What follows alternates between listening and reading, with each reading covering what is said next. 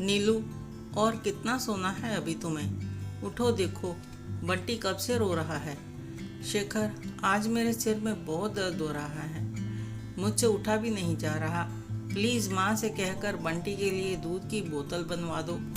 नीलू, तुम जानती हो कि यह मम्मी का पूजा पाठ का टाइम होता है और आधे घंटे से पहले वह नहीं उठेंगी। तुम्हें खुद ही उठकर बंटी के लिए बोतल बनानी पड़ेगी। और नीलू बेचारी मन मारकर उठी और किचन में बोतल बनाने चली गई और जाते हुए पूजा करती हुई सासू माँ को देखा तो वह उसे घूर रही थी। वह समझ गई कि मैं अभी तक नाश्ता नहीं बना पाई, शायद इसीलिए उन्हें गुस्सा आ रहा है। नीलू रसोई में खड़ी दूध गर्म कर रही थी तो शेखर ने आकर कहा कि नीलू, मेरा नाश्ता जल्दी बना देना, मुझे मीटिंग के लिए जल्दी जाना है। नीलू ने कहा कि आपसे कहा था कि मेरी तबीयत ठीक नहीं है, आज मुझसे काम नहीं होगा। ओके बाबा, नाश्ता बना दो, फिर पूरा दिन तुम्हें बस आराम ही तो करना है, और दिन में काम ही क्या होते हैं। इतना कहकर दिल जलाकर रख दिया और बंटी को दूध पिलाकर फिर से किचन में आकर नाश्ता बनाने लगी। एक तरफ दलिया चढ़ा दिया सास ससुर के लिए, दूसरी तरफ चाय का पानी चढ़ा दिया। इतने में देवर जी और ननद भी आ गए। देवर नीरज नौकरी करते हैं, शादी की उम्र है, उन्हें भी सुबह पराठे चाहिए। और ननद निशा कॉलेज जाती है और वह हैवी नाश्ता नहीं करती। पहले तो माँ जी और निशा दोनों मिलकर किचन का काम करती थी, लेकिन जब से नीलू आई है तब से दोनों माँ बेटी अब रसोई में देखती भी नहीं है। कभी कभी थोड़ी बहुत तबीयत बिगड़ जाती है तो भी दवा लेकर पूरा काम करना पड़ता है। उस पर पति भी अपने घर वालों की ही सुनते हैं। बंटी की पैदाइश के वक्त मायके भेज दी गई थी और 2 महीने तक जो वहाँ आराम किया वह भी ससुराल वालों का मुझ पर एहसान था कि मेरी गैर मौजूदगी में दोनों माँ बेटी को घर के सारे काम करने पड़े थे। फिर वापस आते ही वही किचन वही काम। नीलू सोच ही रही थी कि एक जोरदार आवाज़ से नीलू की तंद्रा भंग हुई।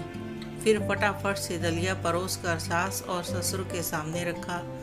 पति के और देवर के लिए पराठे और ननद के लिए उपमा बनाकर ले आई थी। सासू माँ बोली, बहुत देर लगा दी आज नाश्ता बनाने में बहू तूने। पता है ना सभी को समय पर नाश्ता चाहिए होता है, फिर भी लापरवाही कर दी, आज सभी को लेट हो रहा है। सुनते हुए चाय भी ले आई और बिना बोले सबके सामने रख दी। तभी भीतर से बंटी के रोने की आवाज़ आई तो वह अंदर भागी, बंटी को गोद में उठाकर चुप कराने लगी और वह सो गया तो थकावट के मारे वह भी साथ ही लेट गई और थोड़ी सी देर में आंख लग गई और सासू माँ के चिल्लाने की आवाज़ आई और दोबारा से नींद खुल गई। उसने उठने की कोशिश की और वहीं पर गिर पड़ी। उसके गिरने की आवाज़ सुनकर सभी नीलू के कमरे की ओर भागे तो देखा कि वह बेहोश होकर गिर गई थी। शेखर ने उसे जल्दी से उठाकर बिस्तर पर लिटाया और नीरज ने तुरंत अपने फैमिली डॉक्टर को फ़ोन किया। निशा जल्दी से किचन में गई और पानी लेकर आई। सासू माँ नीलू के हाथ रगड़ने लगी और आवाज़ें सुनकर बंटी जाग गया था। ससुर जी उसे अपनी गोद में उठाकर बाहर ले गए। घर में भगदड़ मच गई थी। तब तक डॉक्टर भी आ गया। उसने बताया कि बुखार बहुत तेज़ है, आप जल्दी से ठंडा पानी ले आओ, इनके माथे पर ठंडी पट्टियाँ रखिए ताकि बुखार कम हो जाए। काफ़ी देर तक पट्टियाँ रखने के बाद बुखार ज़रा कम हुआ तो डॉक्टर ने पूछा, इन्हें बुखार कब से है? तो सभी चुप थे। डॉक्टर ने कहा, देखिए इनको शायद कुछ दिनों से बुखार चढ़ता उतरता रहा है। मैं इनका ब्लड सैंपल लेकर जा रहा हूँ। दोपहर को आप कोई भी क्लिनिक पर आ जाइए और रिपोर्ट ले जाएं, और दवा लिख कर दे रहा हूँ। कुछ खाने के बाद दवा दे देना और बच्चे को प्लीज़ ज़रा इनसे दूर ही रखिएगा। डॉक्टर यह कहकर चला गया और सभी के होश उड़ गए।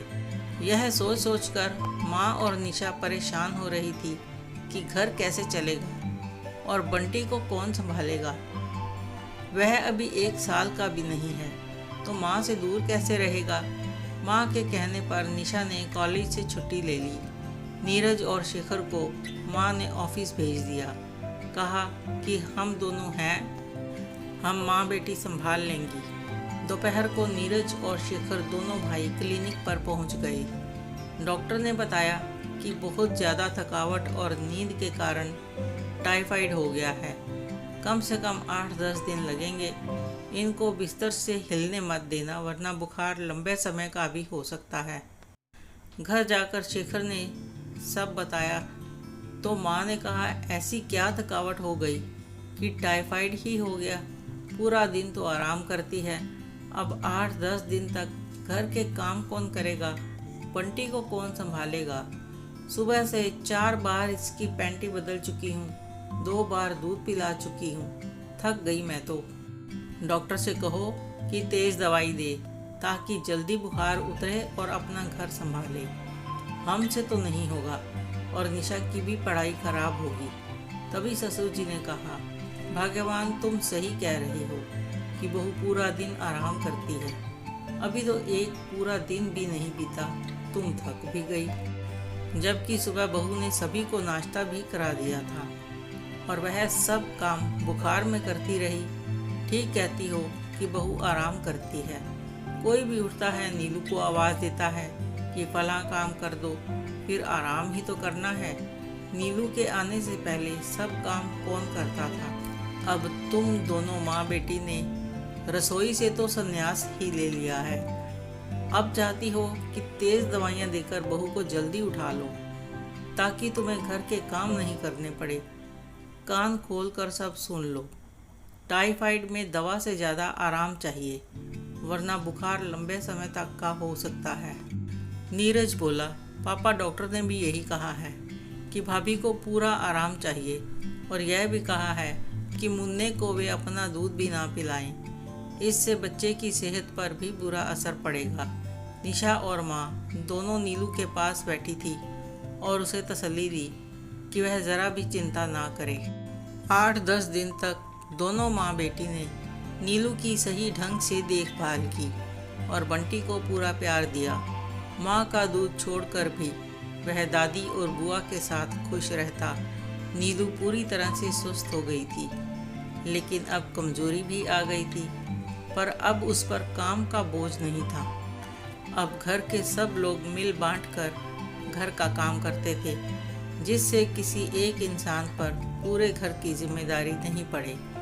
अब सासू माँ पूजा करने के बाद सीधे रसोई में जाती और निशा भी कॉलेज जाने से पहले भाभी के साथ मिलकर नाश्ते का काम निपटा कर जाती। कैसी लगी आपको यह कहानी, कमेंट करके ज़रूर बताएं। अच्छी लगी हो तो लाइक करें, शेयर करें, सब्सक्राइब ज़रूर करें।